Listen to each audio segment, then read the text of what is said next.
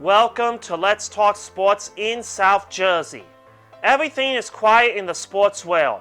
We still have to wait until further notice for the teams to return to action. So while we are waiting patiently, let's talk about the origins of rugby.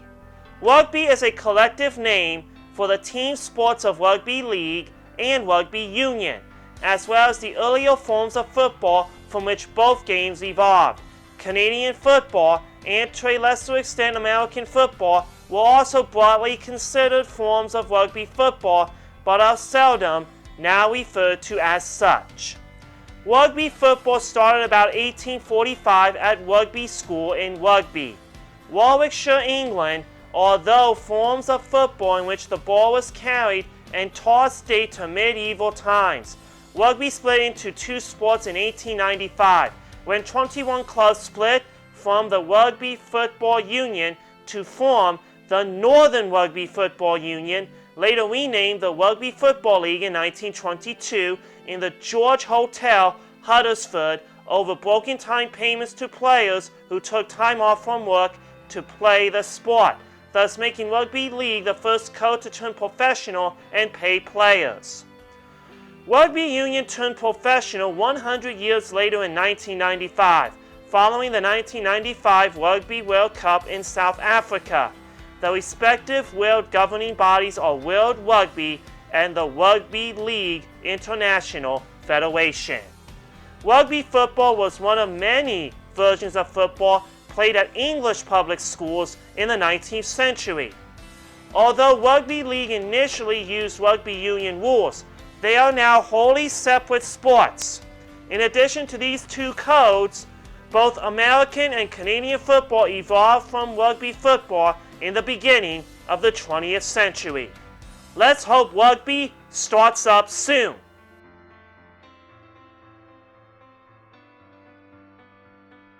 It's time to pay tribute to Don Shula. Don Shula, the longtime Miami Dolphins coach and architect of the only perfect season in NFL history, died at his South Florida home Monday morning. He was 90. Though he spent several seasons in the NFL as a player for the Cleveland Browns, Baltimore Colts, and Washington Redskins, and served as head coach of the Colts, he is best known for his quarter century at the helm of the Dolphins. During his time coaching Miami from 1970 to 1995, he won back-to-back Super Bowls in the 1970s. The first of those, after the 1972 season, set a bar that has yet to be reached by any other team. With the Dolphins' 14-7 win over the Redskins in Super Bowl VII, Shula's squad became the first and only team to go undefeated in a season. Don Shula will be sorely missed by football fans worldwide.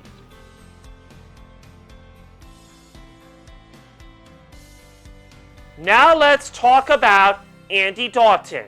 2 days after being released by the Bengals, following months of speculation, quarterback Andy Dalton is coming home, signing a one-year contract with the Dallas Cowboys.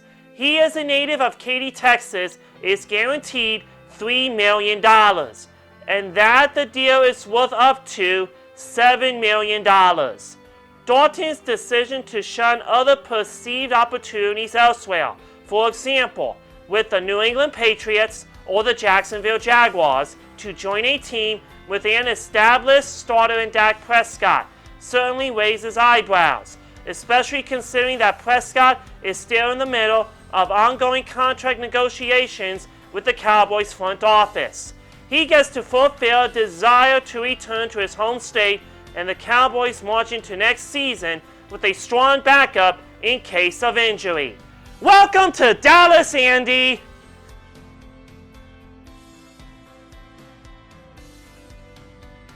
It's time to preview the 2020 NFL schedule. The NFL is planning to play a full season, though it's uncertain what that will look like.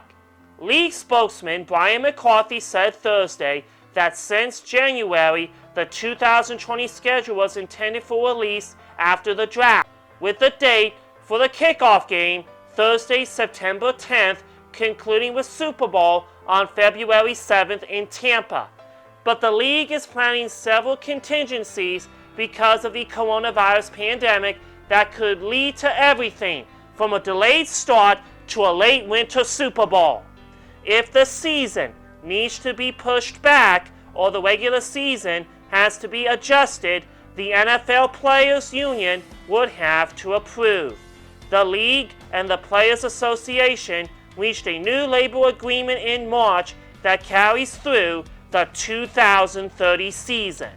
That is a wrap. You can check me out on my podcast at Stefan Sports Radio or through the podcast app or this YouTube channel. And you can listen to me on Saturday nights at 6 o'clock on 1360 WNJC in Cherry Hill. Thank you for watching and keep those comments rolling. And to all the moms out there, Happy Mother's Day!